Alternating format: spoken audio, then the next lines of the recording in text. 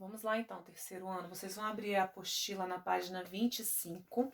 Também é um conteúdo novo chamado unidades de medidas.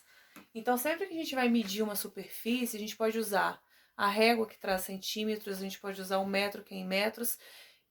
Por exemplo, também tem pessoas que vão medir em quilômetros quando a gente quer medir um território mais amplo, maior. Então a gente vai medir em quilômetros. Só que nesse caso aqui, essas unidades de medidas, elas são não padronizadas, ou seja, ela pode variar de acordo com o tamanho do pé da pessoa, da mão, do passo, então vai variar.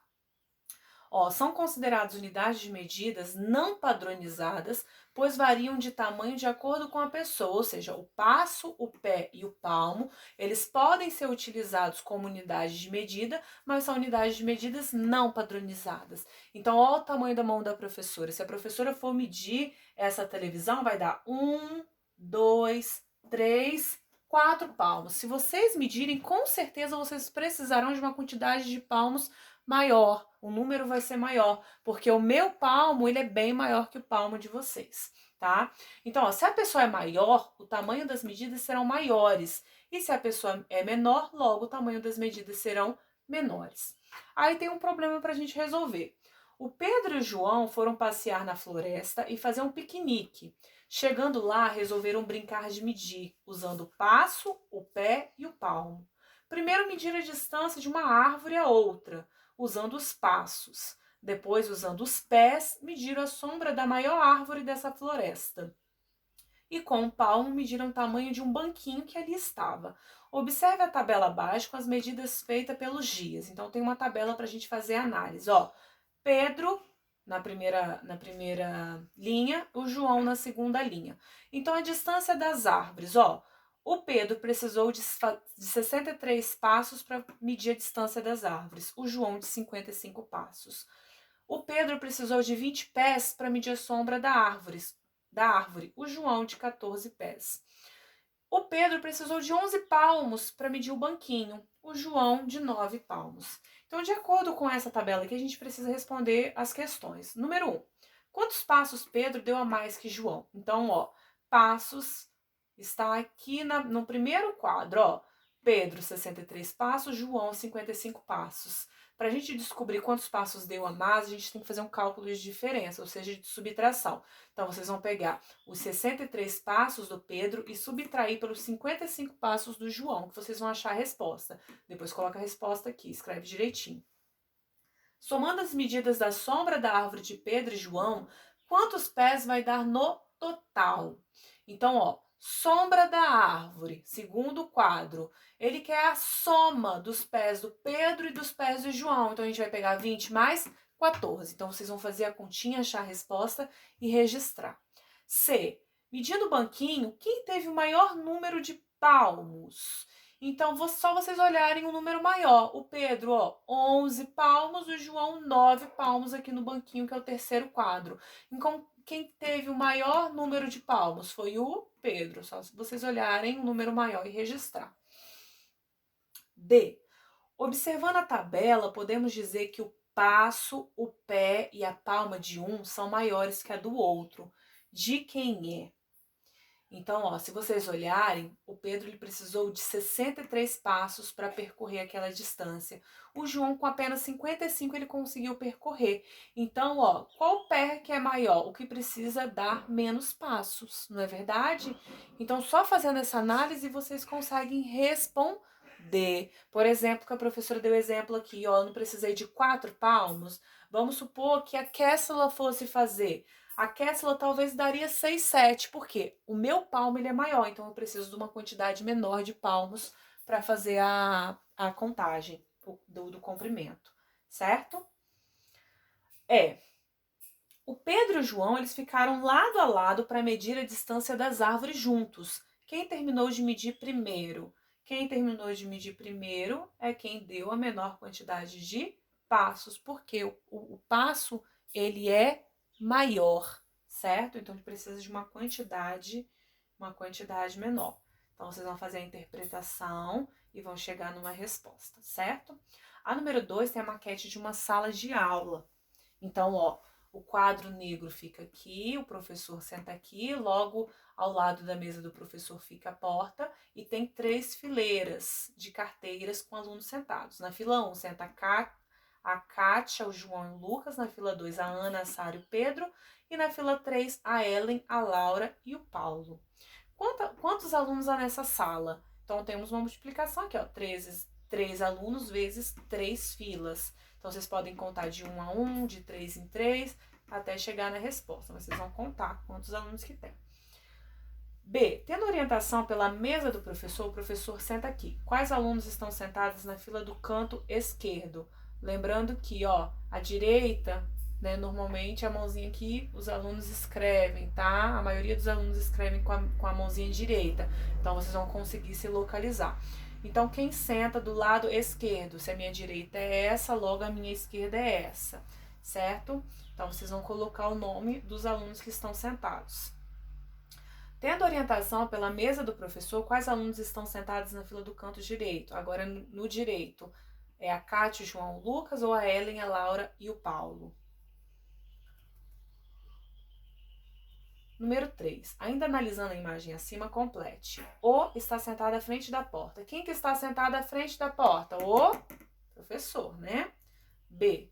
A Lara, a Sara e o João estão sentadas na fila do... Então, a gente vai achar Lara, Sara e João estão sentadas na fila do... No centro, né? Se a gente olha também, ó, vamos supor que aqui tem fila, aqui tem fila, aqui tem fila. Então, é na fila do meio na fila central, né? Do meio que os 3 estão sentados. C.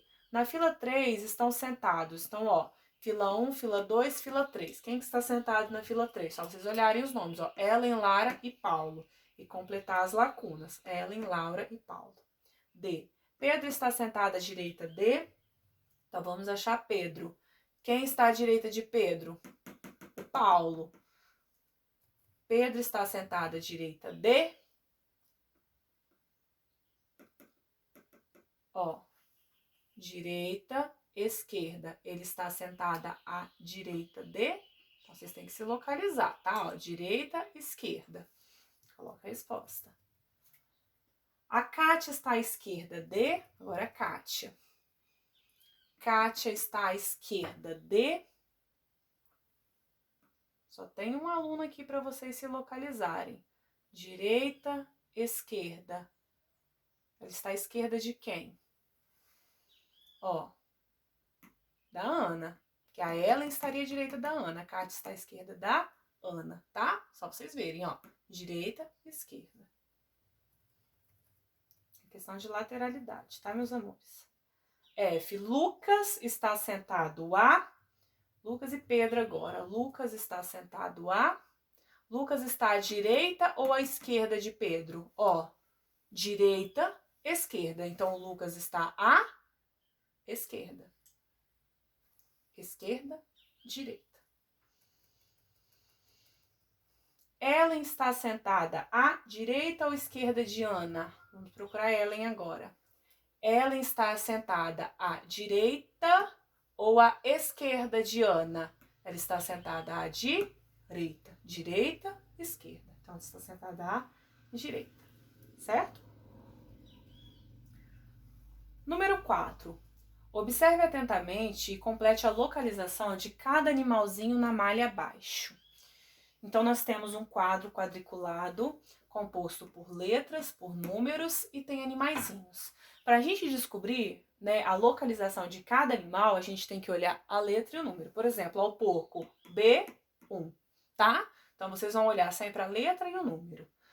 Na A2, então vamos lá, A2. A2. Está o gato, ó.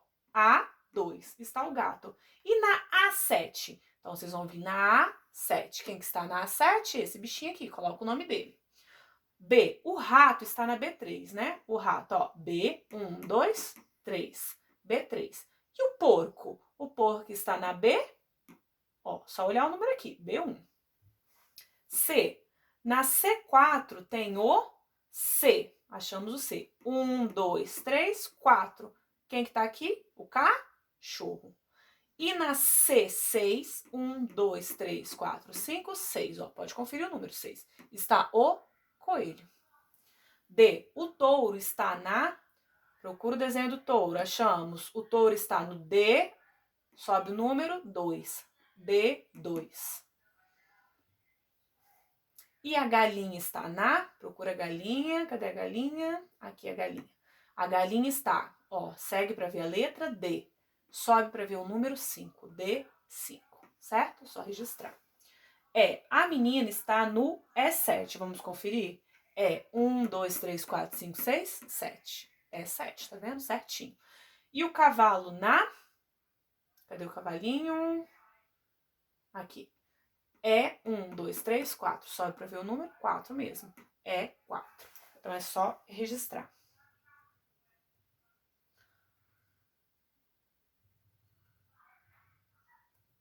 Luan pretende juntar 175 latinhas para reciclagem.